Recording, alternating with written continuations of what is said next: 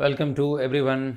मैं जितने भी स्टूडेंट्स जिन्होंने 24-25 सेशन में बांग्लादेश के लिए एमबीबीएस के लिए फॉर्म जो है उन्होंने पोर्टल पे अप्लाई किया है एमबीबीएस के लिए इक्विवेलेंसी के लिए, तो मैं आपको आज अपडेट कर दूं क्योंकि इसके रिगार्डिंग मैं काफ़ी दिन से वीडियो नहीं बना रहा था और मुझे वहाँ से जो अपडेट मिला है मैं चाहूँगा आपको बताऊँ, ताकि बहुत सारे पेरेंट्स वगैरह स्टूडेंट जो काफ़ी इस वक्त पैनिक बने हुए हैं थोड़ा बांग्लादेश का सिचुएशन भी देखकर, और दूसरी चीज़ है उन्होंने फॉर्म फिलअप किया है तो उन्हें लग रहा है मेरी क्लासेस कब स्टार्ट होगी, इक्विवेलेंसी लिस्ट कब निकलेगी, मेरे वीज़ा जो उनके वीज़ा है वो कब लगेंगे। मैं आपको बता दूं कि इस साल जो बांग्लादेश में जो इस मिनिस्ट्री ने पोर्टल प्राइवेट मेडिकल कॉलेज के लिए जो पोर्टल खुला था वो दिसंबर में ओपन कर दिया था। और जो प्रीवियस ईयर में आप देखेंगे वो फरवरी लास्ट में उन्होंने पोर्टल ओपन किया था एमबीबीएस के लिए डीजीएमई ने DGME director general medical education ने।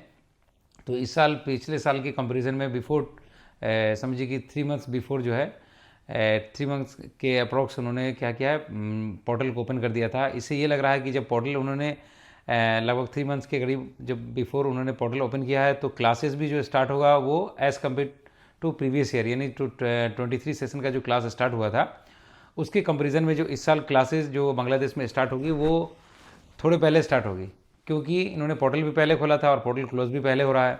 15 मार्च को आप देख रहे हैं कि इस बार पोर्टल क्लोज हो रहा है यहाँ पे। पिछले साल तो पोर्टल जाकर समझिए आपकी अप्रैल मई तक जाके पोर्टल क्लोज हुआ था। तो प्रीवियस ईयर में हुआ था कि जब पोर्टल उन्होंने क्लोज़ किया था तब जाकर वो इक्विवेलेंसी लिस्ट निकाला था। इससे पहले जब भी एमबीबीएस का आपको पता है 22 सेशन से उन्होंने बांग्लादेश ने ऑनलाइन फॉर्म फिलअप का जो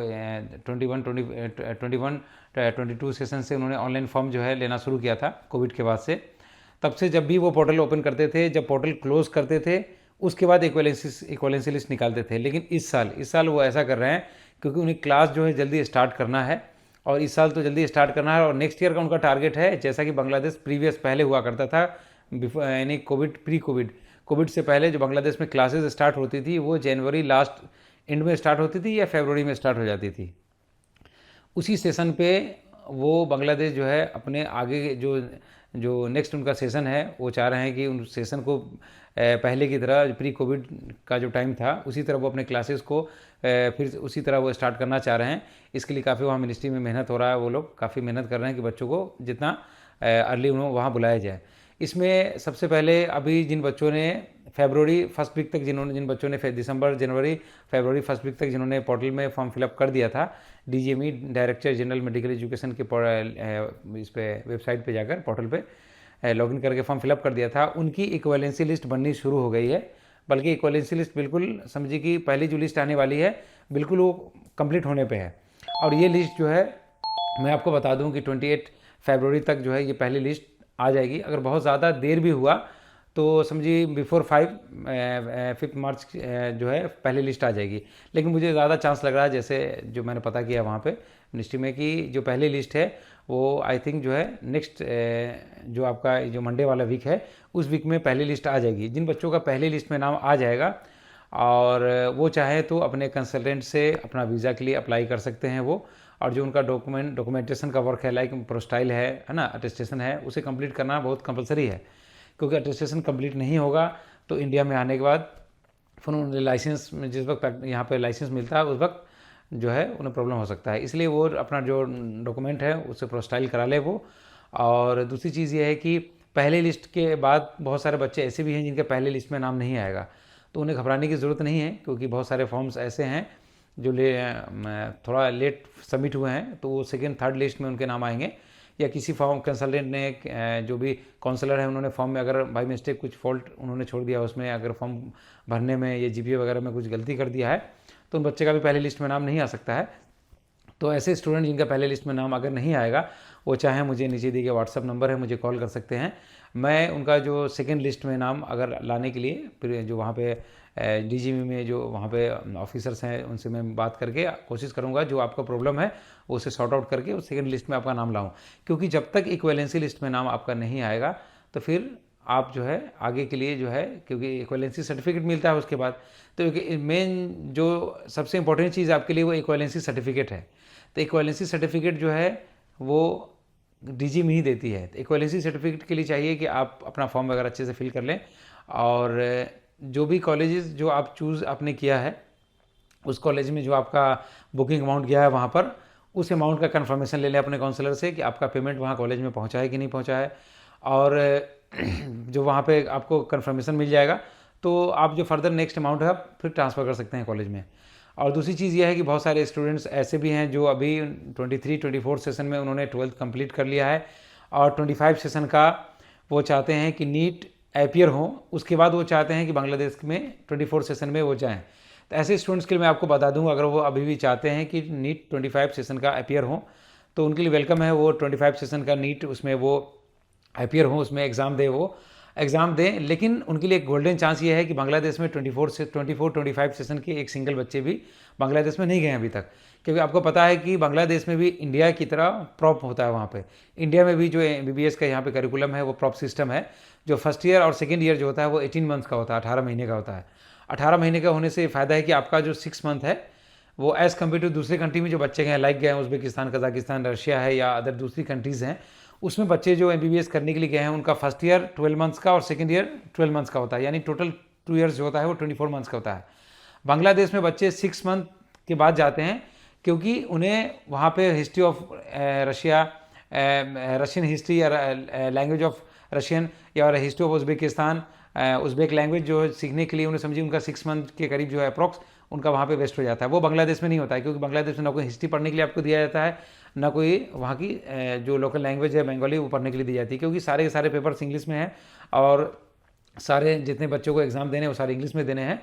तो वहाँ स्पेशली बंगाली लैंग्वेज पे, क्योंकि थोड़ा स्टार्टिंग में लैंग्वेज का बच्चों को इशू होता है वहाँ पे, लेकिन फिर वो सब मेंटेन हो जाता है, वहाँ पे बच्चे सब सीख लेते हैं धीरे धीरे। और मोस्टली वहाँ पे टीचर्स वगैरह है जो इंग्लिश अच्छे से यूके इंग्लिश बोलते हैं और उसी में पढ़ाते हैं वो। दूसरी चीज़ ये है कि आप जो बताया था, मैं जिस टॉपिक में मैं आपको अब आ जाऊँ उसमें मैं बताना चाह रहा था आपको कि बांग्लादेश में जो प्रॉप सिस्टम है सेम सिमिलर टू इंडिया, बिल्कुल इंडिया की तरह वहाँ पे प्रॉप सिस्टम है। जैसा यहाँ पे जितनी गवर्नमेंट और प्राइवेट मेडिकल कॉलेजेस हैं यहाँ पे, वो 18 मंथ्स का यहाँ पे क्या होता है 2 ईयर्स होता है। 18 मंथ्स का 2 ईयर्स होता है। तो उसमें क्या है कि जब 2 ईयर्स 18 मंथ्स का होता है तो बांग्लादेश में 18 मंथ्स का यानी 1.5 साल का, यहाँ 1.5 साल पे है 2 ईयर्स का, यानी एग्ज़ाम यहाँ पे कंप्लीट होता है बांग्लादेश में भी, प्रॉप सिस्टम है। तो अदर कंट्री में आप जाएंगे तो first year second year 2 years में कंप्लीट होगा। बांग्लादेश में जो फर्स्ट ईयर और सेकंड ईयर का जो एग्ज़ाम है वो 1 साल मर्ज, पूरा सिलेबस एक ही साथ मर्ज है वो 18 मंथ्स के बाद आपका प्रॉप यानी यूनिवर्सिटी का फाइनल एग्ज़ाम लेंगे और 18 मंथ्स के बाद आपको सीधे 3rd ईयर में डाल देते हैं वो। तो जो भी बच्चे अगर मई में भी जाएंगे वो 24-25 सेशन में, उनका ऑफर लेटर जो होगा वो 24-25 सेशन का होगा, उनकी डिग्री जो होगी वो भी 24-25 सेशन का होगा। इंटर्नशिप भी उनके लिखी जाएगी 24-25 सेशन ही लिखा जाएगा, लेकिन वो जाएंगे 25 इसमें जाएंगे 2025 में जाएंगे वो, और आफ्टर नीट जाएंगे वो, है ना। यानी उसको जाने का भी मैं आपको डेट बता दूं कि जितने जल्दी ये इक्वालेंसी लिस्ट निकाल रहे हैं और काम जितना स्पीड में हो रहा है, तो अप्रैल एंड या समझिए कि मई जो है 15 मई तक जो है सारे बच्चे वहाँ पे वो जाने के लिए उनका डेट अनाउंसमेंट हो जाएगा, जैसा कि उन्होंने सर्कुलर पर भी लिखा है। जो बच्चे चाहते हैं 25 सेशन का नीट देने के लिए वो एग्ज़ाम दें, लेकिन मैं उनको बताऊँगा अभी पोर्टल ओपन है, उस पोर्टल पर जाएँ। अगर उनको पोर्टल पे फॉर्म फिलअप करने के लिए अगर समझ में नहीं आ रहा है तो मेरा नंबर दिया हुआ है नीचे व्हाट्सएप पे, आप मुझे व्हाट्सएप करें डॉक्यूमेंट्स वगैरह, मैं उनका पूरा कोऑपरेट करूँगा, उनका फॉर्म फिलअप करूँगा। और फॉर्म फिलअप करने के लिए आपको अभी वहाँ पर जो जितनी भी उनकी डिटेल्स वगैरह है उस पर डालकर उनका फॉर्म सबमिट कर दूंगा। इससे इनका ये फ़ायदा होगा कि 25 सेशन का वो एग्ज़ाम भी क्लियर अपीयर हो जाएंगे नीट में। और अगर उनका यहाँ पे अच्छे मार्क्स उनके आ गए लाइक 600+ मार्क्स तो ठीक है, नहीं तो अगर वो 24-25 सेशन में अगर जाने के लिए अब्रॉड चाहते हैं तो सिर्फ एक ही कंट्री बची हुई है, वो है बांग्लादेश। बांग्लादेश बची हुई है, जो कि वहाँ पर अभी बच्चे जितने भी हैं, मैं आपको अभी कई सारा अभी बच्चों को अभी लाऊंगा ग्रुप में, जो वह बच्चे वहाँ BBS कर रहे हैं। जो बच्चे जितनी वहाँ BBS कर रहे हैं वो सेफ़ हैं, किसी तरह का कोई घबराहट नहीं, कोई परेशानी नहीं है। वो बच्चे अपनी पढ़ाई वहाँ पे कंप्लीट कर रहे हैं वो। और जो जहाँ डेमोक्रेसी होती है वहाँ तो फ्लैक्चुएशन आती रहती है। तो जो भी है आप देखें वो कंट्री में बांग्लादेश में FMG का पासिंग रेशियो अच्छी है, पेशेंट का एक्सपोजर काफ़ी अच्छा है। और सबसे अच्छी बात यह है कि वहाँ पर जो करिकुलम है बिल्कुल इंडियन पैटर्न है, और करिकुलम इनको बिल्कुल इंडियन के सिमिलर है। वहाँ पे इंडियन ऑथर की बुक चलती है। और ये क्लासेज जो है स्टार्ट जो बांग्लादेश में होने वाली है वो अप्रैल एंड तक स्टार्ट होगी, या 15 मई तक क्लास उनकी स्टार्ट हो जाएगी। तो इक्वेलेंसी जैसे निकल जाता है, आप काउंसलर से बात करें अपना वीज़ा लगाने के लिए। और जो पैकिंग लिस्ट है उसमें कोई बहुत ज़्यादा सामान अपना रखने की ज़रूरत नहीं है। अगर बुक्स वगैरह, मैं आपको एडवाइस करूँगा कि बुक्स वगैरह आप बांग्लादेश में जाने के बाद ही वहीं पे आप बुक्स लें, क्योंकि बुक्स दोनों कंट्रीज़ में बुक्स के जो बुक्स का कॉस्ट है कोई बहुत ज़्यादा फ़र्क नहीं है। क्योंकि आप ज़्यादा बुक्स, लगभग बुक्स ही अगर सारे आप रखेंगे तो आई थिंक 10 kg के अप्रॉक्स बुक्स ही आ जाएगा, और 10 kg बल्कि ज़्यादा ही हो जाएगा। तो आपका जो एसेंशियल जो यहाँ पे सामान जाने वाला है साथ में, वो नहीं जा पाएगा। तो मैं आपको बताऊंगा कि बुक्स वगैरह नहीं रख के कुछ नोट्स वगैरह अपना रख लें यहाँ पे साथ में।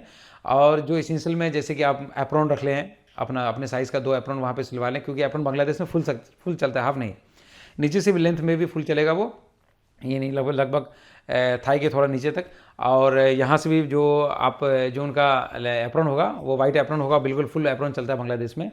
और उसके बाद जो दूसरी चीज़ है कि अपना जो फर्स्ट ईयर में जितने भी बॉयज़ वगैरह हैं वो फॉर्मल ड्रेस पहनते हैं वो, और सेकेंड ईयर से फिर आप जीन्स टी शर्ट जो भी पहनेंगे चलेगा, कोई इशू नहीं है। लेकिन फर्स्ट ईयर में फॉर्मल ही वो चलता है वहाँ पे। गर्ल्स वगैरह जो उनके लिए कोई दिक्कत नहीं है, वो जो वहाँ पे अपना जो उनका जो वहाँ पे स्पेशली ये नहीं है कि आप वो जो कपड़ा यहाँ पे पहनती है वो आराम से वहाँ पहन सकते हैं वो, लेकिन एप्रॉन कंपलसरी है उनके लिए, गर्ल्स के लिए।